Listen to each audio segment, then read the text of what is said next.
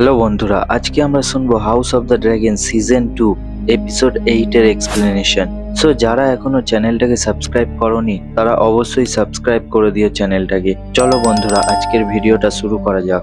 Episode 8 এর শুরুতে আমরা টাইল্যান্ড ল্যানিস্টারকে দেখতে পাই। ট্রায়ার্কির সাথে অ্যালায়েন্স করার জন্য টাইল্যান্ড এসোসে পৌঁছে গিয়েছে। শোতে আমাদের এটা বলা হয়নি টাইল্যান্ড আসলে এসোসের কোন সিটিতে গিয়েছিল, বাট মেবি টাইল্যান্ড এসোসের টাইরসে গিয়েছিল, কারণ টাইরসের সিটি কিংস ল্যান্ডিং এর সব থেকে কাছে ছিল। বেসিক্যালি টাইল্যান্ড এসোসে এসেছিল কারণ সে ট্রায়ার্কির ফ্লিট নিয়ে ভ্যালেরিয়ান ফ্লিটকে ডিস্ট্রয় করতে চায়। এরপর টাইল্যান্ডের সাথে ট্রায়ার্কির নেগোসিয়েশন শুরু হয়। এই মিটিংয়ে টাইল্যান্ডের সঙ্গে ট্রায়ার্কির 3জন মেন মেম্বার নেগোসিয়েশন করে। তারা বলে ট্রায়ার্কির শিপ তারা দেবে, বাট তার এগেনস্টে তাদের স্টেপস্টোনের পুরো এলাকাটা চায়। স্টেপস্টোনের আইল্যান্ডটা খুব বিজি একটা আইল্যান্ড ছিল। সেখানে বেসিক্যালি কারোর রাজত্ব ছিল না, তাই সেখানে পাইরেটসরা রাজ করত অ্যান্ড সেখান দিয়ে যত শিপস যাতায়াত করত সেই শিপস গুলোকে তারা লুটতো। স্টেপস্টোন বেসিক্যালি এসস আর ওয়েস্টেরোজের মিডিলের একটা আইল্যান্ড ছিল, বাট স্টেপস্টোনকে ওয়েস্টেরোজেই কাউন্ট করা হয়, তাই সেখানে এখন আয়রন থ্রোনের রুল ছিল। সেই কারণে এই মিটিংয়ে ট্রায়ার্কি স্টেপস্টোনের আইল্যান্ডটা টাইল্যান্ডের কাছে চায়।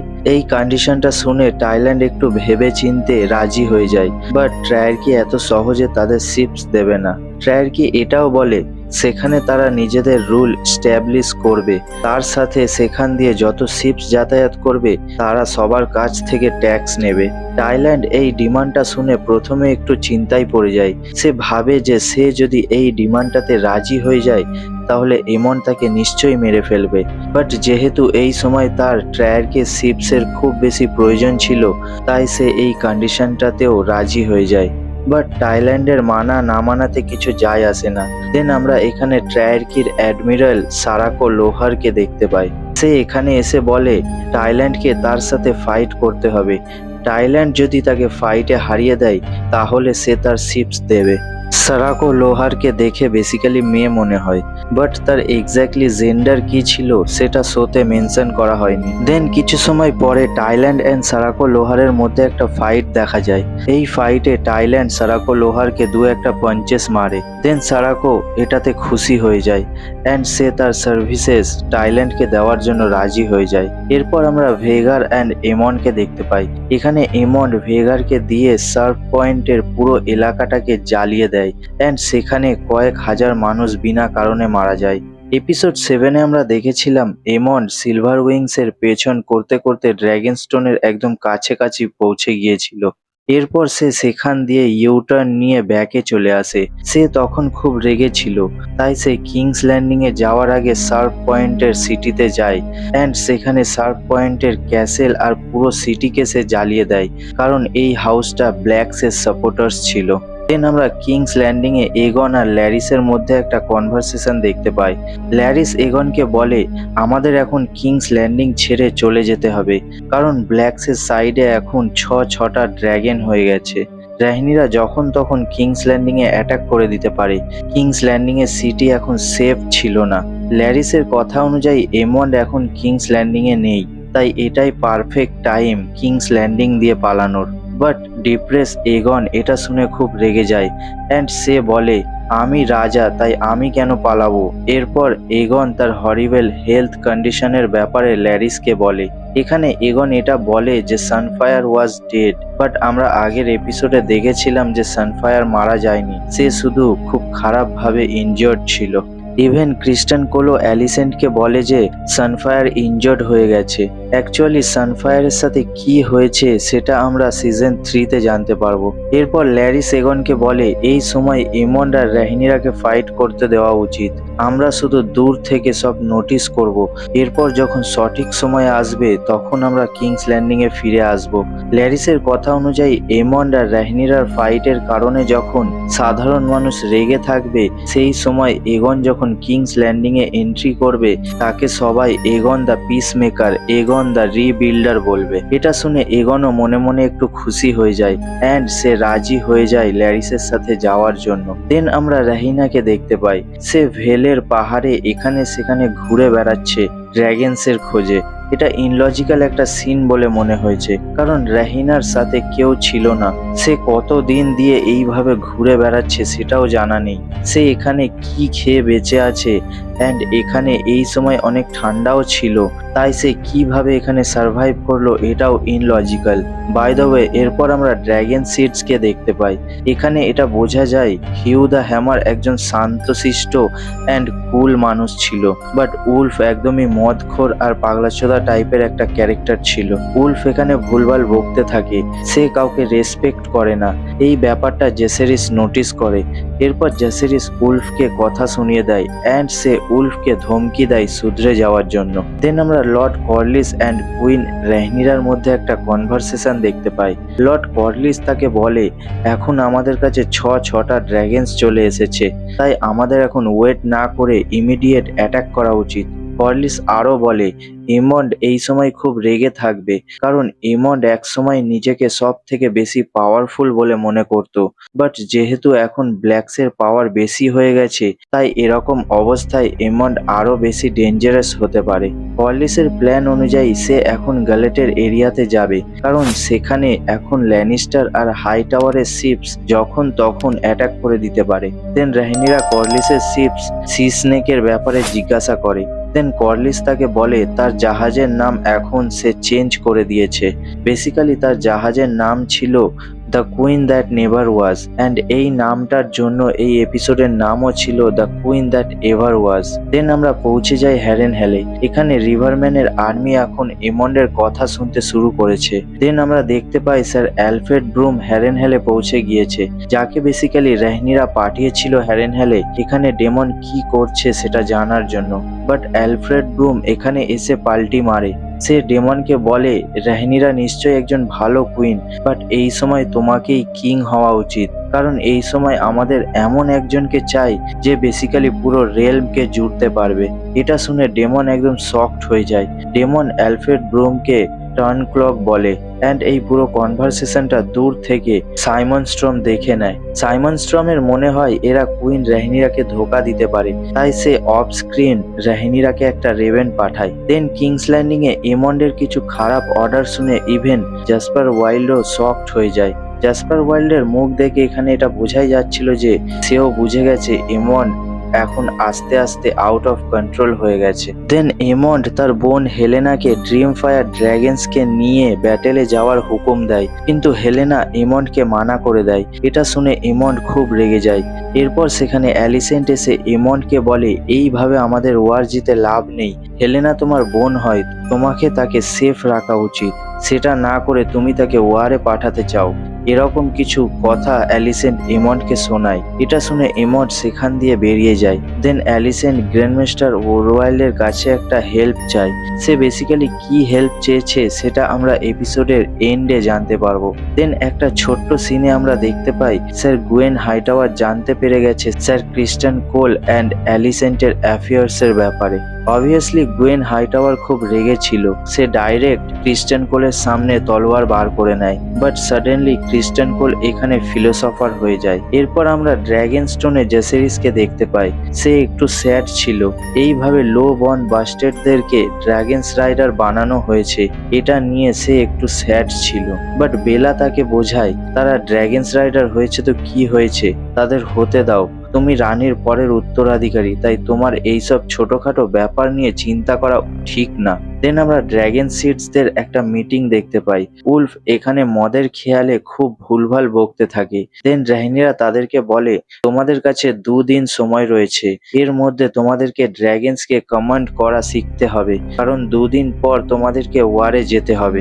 এই মিটিং এ উলফ বলে সে ভেগারকে একাই মারতে পারবে, সে একাই কাফি ভেগারের জন্য, অ্যান্ড সে অ্যাডামা ফালকে এখানে ভীতুও বলে। দেন অ্যাডামা ফাল তাকে বলে, ভীতু কে এটা ফিউচারে আমরা নিশ্চয়ই জানতে পারবো। দেন এখানে উলফ ডাইরেক্ট রেহনিরাকে বলে, তুই আমাকে নাইট বানিয়ে দে। এখানে এখন খুব টেনশন শুরু ছিল, এই কারণে রেহনিরার কিংস গার্ড একদম রেডি ছিল। দেন উলফ এখানে সবাইকে ঠান্ডা করে, সে বলে সে আসলে মজা করছিল। দেন গ্র্যান্ডমাস্টার গ্র্যাডিস এখানে এসে রেহনিরাকে একটা নিউজ দেয়, সে বলে হ্যারেনহেল থেকে একটা রেভেন এসেছে, সেটাতে সাইমন স্ট্রম বলেছে হ্যারেনহেলে তার পেছনে ডেমন তাকে ধোকা দিতে পারে। এটা শোনার পর রেহনিরা সেই রাতেই বেরিয়ে পড়ে হ্যারেনহেলে যাওয়ার জন্য অ্যাডামের সাথে। অন্যদিকে অ্যালিস রিভার্স ডেমনকে গডসউডে নিয়ে যায় অ্যান্ড এখানে ডেমন আজব ধরনের একটা ক্রিয়েচারকে দেখতে পায় যার মাথায় সিং ছিল।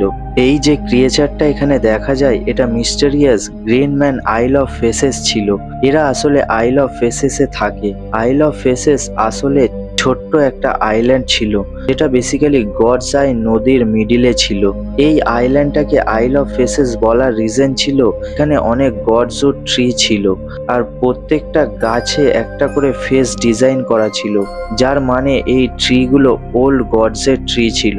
বেসিক্যালি এই আইল অফ ফেসেসে ওল্ড গডসের ম্যাজিক খুব বেশি পাওয়ারফুল ছিল অ্যান্ড এই গ্রিনসম্যানগুলো এই গাছগুলোকেই সেফ রাখতো। বাট এরকম ছিল না যে কেউ সেখানে গিয়ে এই গ্রিনসম্যানদের খুঁজে নেবে। এই গ্রিনসম্যানদেরকে খুঁজে পাওয়া খুব মুশকিল ছিল অ্যান্ড এই আইল অফ ফেসেসের আইল্যান্ডে যাওয়াও খুব মুশকিল ছিল। এরপর অ্যালিস রিভার্স ডেমনকে গডসউড ট্রিতে হাত রাখার জন্য বলে অ্যান্ড সে যখনই সেখানে হাত রাখে সে আজব ধরনের সব ভিশন দেখতে পায়। সবার প্রথমে সে one of the most favourite character the Blood Raven Brynden রিভার্সকে দেখতে পায়। ব্রেন্ডন রিভার্সের ক্যারেক্টারটাকে গেম অফ থ্রোনসেও দেখানো হয়েছিল, যে বেসিক্যালি ব্র্যান্ডন স্টারকে ট্রেনিং দিয়েছিল। ডেমনের ভিশনে আমরা ব্রেন্ডন রিভার্সকে আমরা ইয়াং অবস্থাতে দেখতে পাই, বাট গেম অফ থ্রোনসে তাকে বয়স্ক দেখানো হয়েছিল, তখন তার বয়স অলমোস্ট 150 বছর হয়ে গিয়েছিল। এরপর ডেমনের ভিশনে আমরা বুঝতে পারি সে কোনো একটা উলফের মধ্যে চলে গিয়েছে অ্যান্ড সেই উলফের চোখ দিয়ে আমাদেরকে দেখানো হয় হোয়াইট ওয়াকার। ডেমন রিয়েলাইজ করে যে এই হোয়াইট ওয়াকার অ্যান্ড হোয়াইট হলো আসল শত্রু ওয়েস্টেরোসের। দেন সে কিছু ড্র্যাগনসকে দেখতে পায় যেগুলো বেসিক্যালি মৃত ছিল। বেসিক্যালি সে ফিউচারে এই ওয়ারে কি হবে সেটা দেখতে পায়। দেন সে একটা উল্কাপিণ্ড দেখতে পায় আর তারপরেই সে ডেনেরিয়াস টার্গেরিয়ানকে দেখতে পায় উইথ হার 3 ড্র্যাগনস। এরপর ডেমন রেহনিরাকে দেখতে পায় সে আয়রন থ্রোনে বসেছিল। বেসিক্যালি এটা খুব বড় একটা স্পয়লার দেখানো হয়েছে এখানে, but out of nowhere Helena Targaryen সেখানে ডেমনকে বলে এটা একটা স্টোরি আর তুমি এই স্টোরির একটা পার্ট, আর তুমি এটা ভালোভাবে জেনে গিয়েছো যে তোমার এখন কি করা উচিত। শোতে আমাদেরকে এটা দেখানো হয়নি যে হেলেনা তার পাওয়ারটা কিভাবে গেইন করেছিল, বাট হেলেনা এখানে ডেমনের ভিশনে চলে আসে অ্যান্ড সে ডেমনকে এইসব কথাগুলো বলে অ্যান্ড এই সিনটার পরে ডেমন তার ভিশন থেকে বেরিয়ে যায়।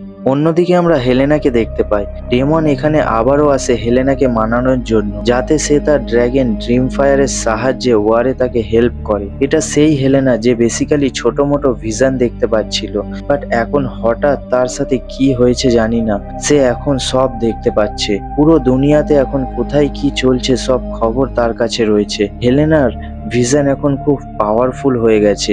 হেলেনা এখন এটাও জানে যে এমন্ডি এগনকে জ্বালিয়ে দিয়েছে। এরপর আমরা রেহনিরাকে দেখতে পাই, সে হ্যারেনহেলে পৌঁছে গিয়েছে। সে ফাইনালি তার হাজবেন্ড ডেমনের সাথে দেখা করে। রেহনিরা এখানে ডাইরেক্ট ডেমনকে জিজ্ঞাসা করে তোমার লয়্যালটি এক্স্যাক্টলি কার জন্য এটা আমাকে বলো। তুমি আমার সামনে বেন্ড দ্য নি করেছিলে, তুমি কি তোমার প্রমিসটা পুরো করবে? দেন ডেমন রেহনিরার কাছে আসে এবং সে তার ভিশনের ব্যাপারে রেহনিরাকে বলে। এক্স্যাক্টলি সে যেটা দেখেছিল সেগুলো সে রেহনিরাকে বলে। সে হোয়াইট ওয়াকারের ব্যাপারেও রেহনিরাকে বলে অ্যান্ড সে বলে উইন্টার ইজ কামিং অ্যান্ড এটাও সে এখানে রিয়েলাইজ করে যে ভিসেরিস রেহনিরাকে কেন হিয়ার টু দ্য থ্রোন বানিয়েছিল। ডেমনের এখন চোখ খুলে গেছে। যখন সে রেহনিরাকে আয়রন থ্রোনে বসে থাকতে দেখে তখন সে বুঝে যায় এখন যা কিছু করেই হোক না কেন তাকে রেহনিরাকে সাপোর্ট করতেই হবে, কারণ এটাই রাইট থিং। এরপর ডেমন রেহনিরার সামনে বেন্ড দ্য নি করে অ্যান্ড এরপর সব রিভারম্যানের আর্মিও রেহনিরার সামনে বেন্ড দ্য নি করে দেয়। একদম শেষে ডেমন এখানে ওয়ার শাউট দেয় অ্যান্ড এই সিনটা এখানেই শেষ হয়ে যায়। দেন আমরা ভ্যালেরিয়ান ফ্যামিলির একটা ড্রামা দেখতে পাই। এখানে এটা বোঝা যায় অ্যালিনের আসলে লর্ড কর্লিসকে নিয়ে কি প্রবলেম ছিল।